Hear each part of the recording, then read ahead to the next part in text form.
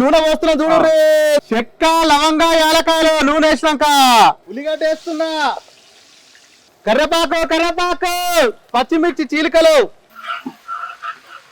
అల్లం వెల్లిగడ్డ పసుపు దొడ్డుప్పు ఎర్ర కారం గుంటూరు నుంచి తెచ్చిన, టమాటా పేస్ట్, నీళ్లు పోస్తున్నా, జీడిపప్పు పేస్ట్ పోస్తున్నా చూడు.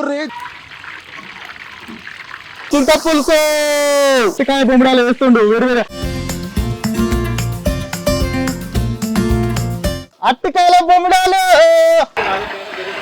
గరం మసాలా పొడి